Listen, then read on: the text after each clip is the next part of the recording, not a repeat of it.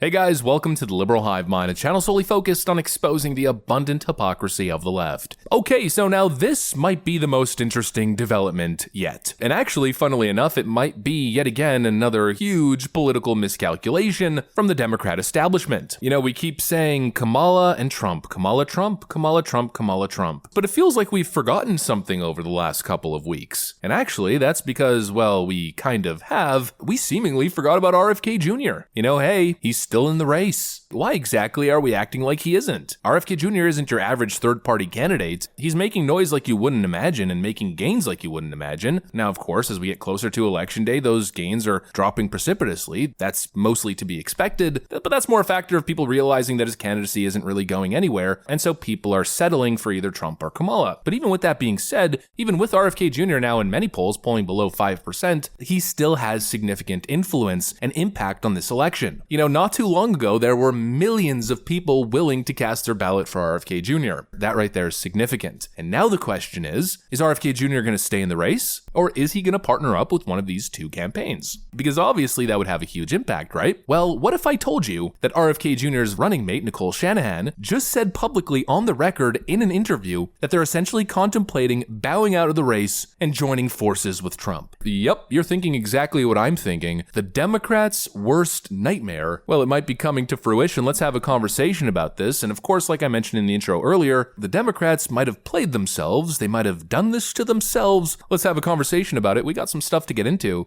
so let's roll the tape. All right, folks, so here is the clip that is absolutely breaking the internet. Here's Robert F. Kennedy Jr.'s running mate, Nicole Shanahan, giving you an update on where the RFK Jr. campaign is in terms of what their next move is. My gut tells me right now is that we just have to keep being honest. I gotta just keep being honest. I gotta keep focusing on what matters the most outside of party lines. I need to focus on a vision that goes beyond November. And if that means that we stay in, and, you know, there's benefits to staying in. If we get over 5% of the vote, we actually establish ourselves as a party. 71% of Americans want a strong third party with a real shot at winning. There's even public funds available if we get over 5% of the vote. So we could get, I think it's like $13.5 million in public funds to keep the party going. And that's, you know, that's worth something.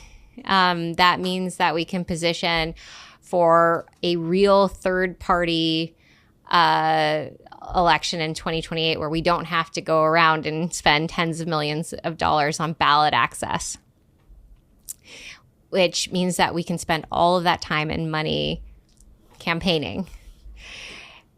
So, you know, there's two options that we're looking at, and one is staying in, forming that new party, but we run the risk of a Kamala Harris and Waltz presidency because we draw votes from Trump, or we draw somehow more votes from Trump, or we walk away right now and join forces with Donald Trump, and you know, we walk away from that and we explain to our base why we're making this decision.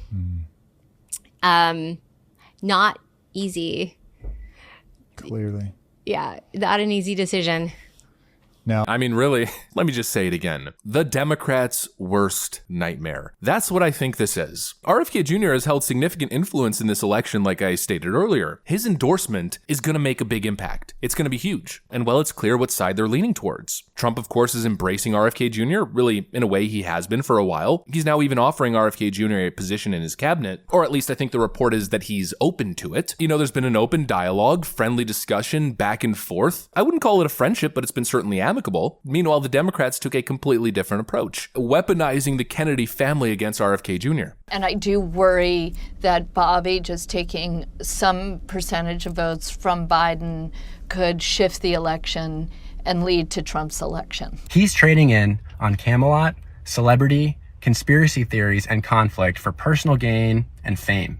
Then, of course, last week, the DNC and the mainstream media at large ran a bunch of fake news headlines essentially ridiculing RFK Jr. I believe Mr. Kennedy went to go meet with Kamala Harris, if I'm not mistaken. We didn't know the context, but the media reported right away that RFK Jr. was going to kiss and shine Kamala Harris's shoes on his knees, begging for a job. You know, again, clearly not acting in good faith. RFK Jr. then came out publicly, totally denying the claim, and so the way I'm thinking about it is that that bridge has burned. They burnt the RFK Jr. bridge. They don't want anything to do with him. I mean, they casted him as an extremist, a crazy person, a kook. They're not showing him the respect that he deserves, considering how high he's been polling throughout this election season. They're not even willing to enter good faith discussions on incorporating RFK Jr. and some of his ideas into their plans and into their next administration's projects. You know, they've been quite exclusionary, and I think he's pissed at the Democrats. They pushed him out of the primary process. He had to run as an independent. Now they're talking about creating their own party. You know, I don't personally know RFK Jr. I don't know his temperament, but if that was me, I would be the Democrats' worst enemy. Or in this case, the Democrats' worst nightmare. And at this point, it really is about defeating fascism. I mean, for Pete's sakes, let's have a conversation about democracy. Kamala Harris wasn't even democratically elected as the nominee. Yet here we are. The DNC has forced their candidate on their voters, totally skipping the actual process. I would be freaking pissed. I'd be livid. You know, that's something to actually stand against. RFK Jr., at least in my view here, has an opportunity to stand on the right side of history against these petty tyrants, these fascist, manipulative liberals, and clearly they're really considering it. And boy, would that be bad for the DNC. I mean, we've already heard from RFK Jr. They seem to be adamant that they pull more votes from Trump than they do Kamala. We draw votes from Trump,